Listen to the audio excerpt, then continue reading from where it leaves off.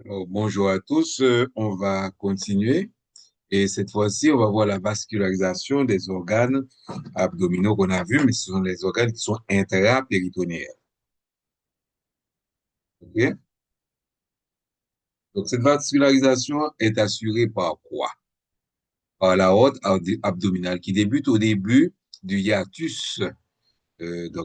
Curseur débute ici, au début du hiatus aortique du diaphragme, en avant du bord inférieur de la 12e vertèbre thoracique, T12.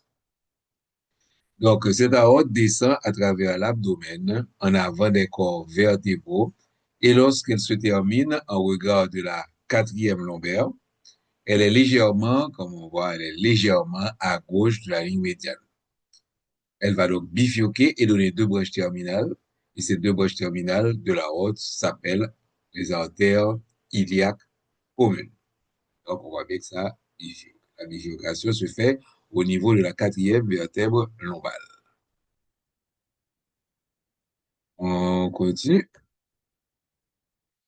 Donc, maintenant, l'aorte abdominale va donner des branches antérieures, latérales et postérieures lorsqu'elle chemine dans la cavité abdominale. OK? Les trois branches intérieures, ce sont les plus importantes. Donc, c'est ce qu'on va voir. Les autres branches, on va voir pour les organes périnéales. Donc, les trois branches antérieures qui vascularisent les viscères du tractus gastro-intestinal sont le tronc cœliaque. Nous avons ici. OK? Juste en dessous du tronc cœliaque, vous avez l'artère mésentérique supérieure. Et un peu plus bas, vous avez les artères mésentériques, l'artère mésentérique inférieure. OK? Et ces artères, la répartition de ces artères, OK, se fait dès la formation du tube digestif. OK? Ainsi, on se rappelle pour le développement du tube digestif, qui peut être divisé en trois régions, l'intestin antérieur, OK, l'intestin moyen et l'intestin postérieur. L'intestin antérieur va débuter, OK, avec l'œsophage abdominal, donc à partir du hiatus que nous avons au niveau de, au niveau du diaphragme, OK? Donc, début avec l'œsophage abdominal et se termine juste au-dessous de la papille duodénale majeure. On se rappelle, papille duodénale majeure, c'est là que nous allons avoir le canal principal du pancréas qui va s'aboucher dans la deuxième portion du duodénum, de même que le canal qui vient du foie. Donc, se termine juste au-dessous de la papille duodénale majeure, au milieu de la partie descendante du duodénum. Il comprend l'œsophage abdominal. L'œsophage abdominal, c'est la petite portion de l'œsophage qui se trouve dans l'abdomen, parce que la plus grande partie de l'œsophage est thoracique. Donc, il comprend l'œsophage abdominal, l'estomac, l'œsophage abdominal ici, l'estomac, le duodénum, et vous voyez que ça, la couleur du duodénum a changé là. Je vais agrandir un petit peu plus. Donc, c'est là où finit le duodénum. Donc, vous voyez que ça a changé. OK? Le duodénum au-dessus de la papille duodénale majeure. Il comprend aussi le foie, le pancréas, la vésicule biliaire. Depuis la rate se développe en relation avec l'intestin intérieur. Donc, la vascularisation de l'intestin intérieur est assurée par le fameux tronc cœliaque. L'intestin moyen lui-même commence juste sous la papille duodénale majeure, donc là où la couleur change. OK? Et là, la couleur va changer encore. Donc, c'est ça, l'intestin moyen. Et c'est ce qu'on va dire, les différentes parties qui font partie de l'intestin moyen. Donc, l'intestin moyen commence juste sous la papille duodénale majeure, au niveau de la partie descendante du duodénum et se termine à la jonction entre les deux tiers. Ici, vous avez les deux tiers proximaux et le tiers, donc, voici, vous avez, et le tiers distal du côlon transverse. Donc, le côlon transverse est divisé à 1, 2 et 3 tiers. Donc, à l'union entre les deux tiers proximaux, OK, et le tiers distal du côlon transverse, c'est là que s'arrête, OK, l'intestin moyen. Donc, il comprend quoi?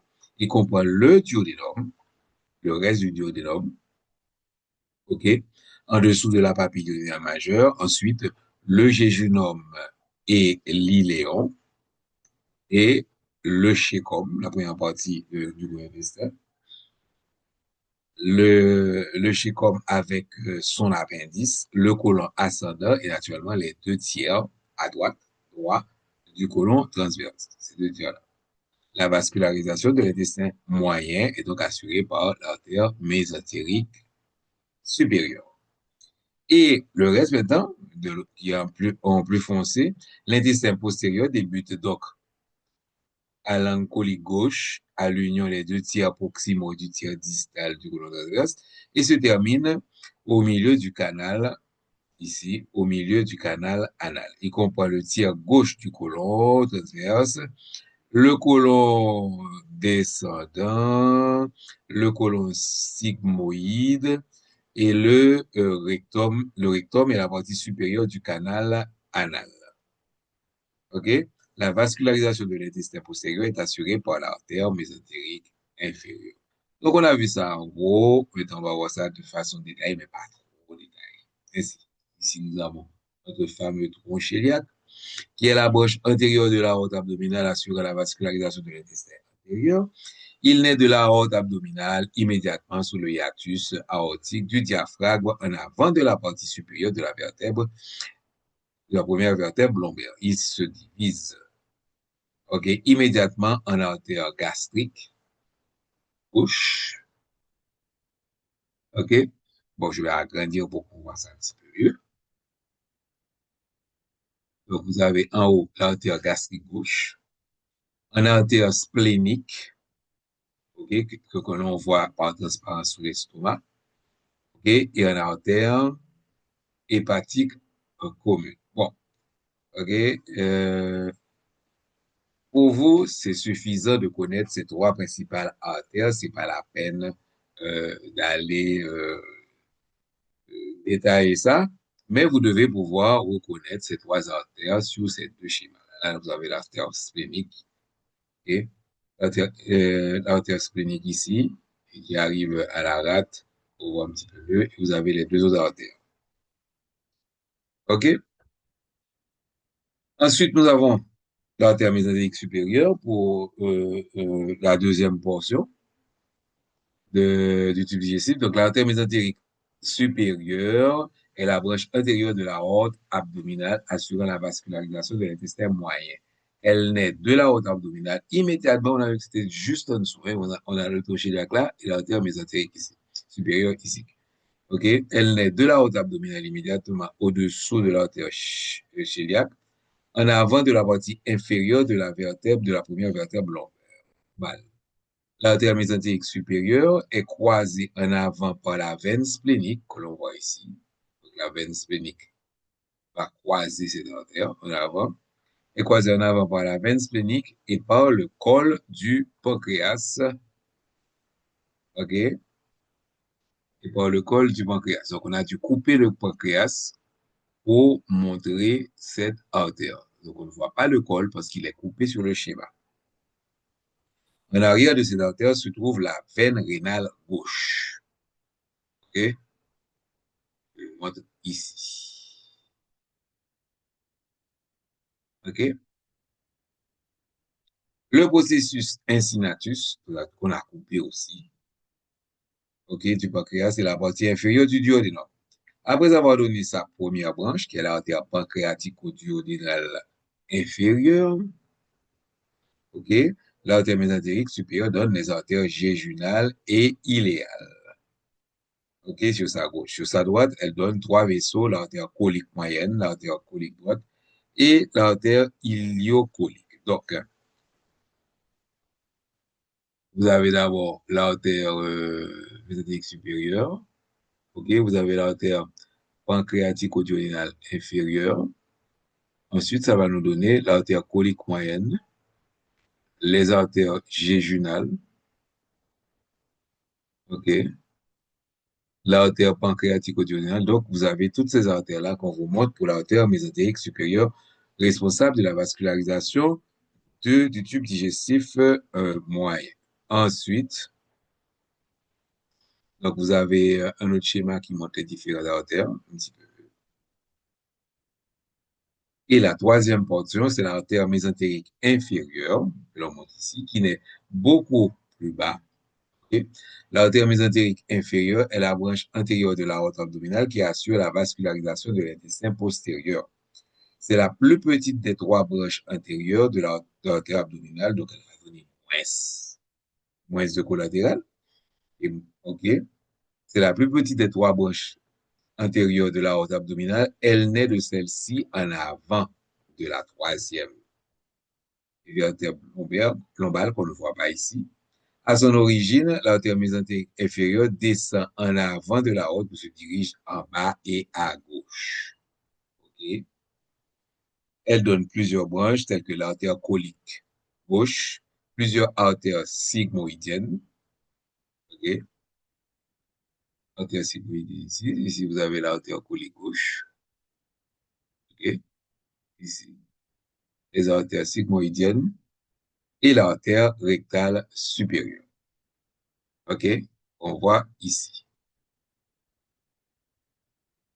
OK? Donc, artère colique gauche. Tout ça, ce sont les artères sigmoïdiennes. Et là, vous avez l'artère rectale supérieure. Et voilà. Donc, nous avons un schéma qui résume le tout. OK? Que j'ai bien aimé vous donner pour que vous puissiez faire une révision. Donc, avec ce schéma, vous voyez les trois branches antérieures de l'aorte. Maintenant, le drainage veineux. OK? Le drainage veineux de la rate, du pancréas, de la vésicule biliaire, du tractus gastro-duodénal, donc vous avez la rate, la vésicule biliaire qu'on ne montre pas, OK? Et du tractus gastro-intestinal abdominal, ici, excepté le rectum inférieur, donc gastro-intestinal, qu'on vous montre tout ça, intestin, excepté le rectum inférieur, OK, est assuré par le système veineux porte. OK, c'est-à-dire que tout ce qui nous donne, tout ce qui est absorbé par la digestion, par le tube digestif, OK, ça va passer par le système porte. OK, le sang passe alors dans les signoïdes pour être détoxifié, pour être traité. Donc, tout ce qu'on bouffe, tout ce qu'on mange, ça revient par la veine porte qui va dans le foie se finir dans les sinusoïdes hépatiques. Ensuite, par des veines progressivement plus larges jusqu'aux veines hépatiques qui ramènent le sang veineux à la veine cave inférieure, OK, qu'on n'a pas montré ici. Donc, pratiquement tout le sang qui sort du tube digestif va dans la veine porte. OK? Et à côté de ça, vous allez avoir les lymphatiques. Bon, je vous montre le schéma. On va pas insister sur les lymphatiques. L'innervation, OK. J'ai pas de schéma pour ça. Le livre non plus. OK. Et pourtant, oui, le livre en a, mais c'est trop complexe pour votre niveau. Donc, il faut se rappeler que les viscères abdominaux sont innervés à la fois par le système nerveux extrinsèque, c'est-à-dire qui ne fait pas partie du tube digestif, des viscères abdominaux. Mais chaque viscère a aussi un niveau à l'intérieur qu'on appelle le système nerveux intrinsèque. Donc, l'innervation extrinsèque comprend les influx moteurs venant du système nerveux central, les informations sensitives qui lui sont transmises. OK? Et l'innervation intrinsèque comprend la régulation des activités du tractus digestif par un système autonome de neurones sensitifs et moteurs. C'est le système, on appelle ça le système nerveux entérique. Voilà. Donc, on va s'arrêter là pour cette vidéo et l'autre vidéo verra les organes rétropéritonéaux. Donc, ça, c'était pour les organes qui étaient à l'intérieur de la cavité péritonéale, bien qu'on a vu qu'il y a certaines portions qui vont sortir et se retrouver en arrière, mais grosso modo, ce sont les viscères qui sont à l'intérieur intrapéritonéal. Donc, au revoir et je vous donne rendez-vous à la prochaine vidéo.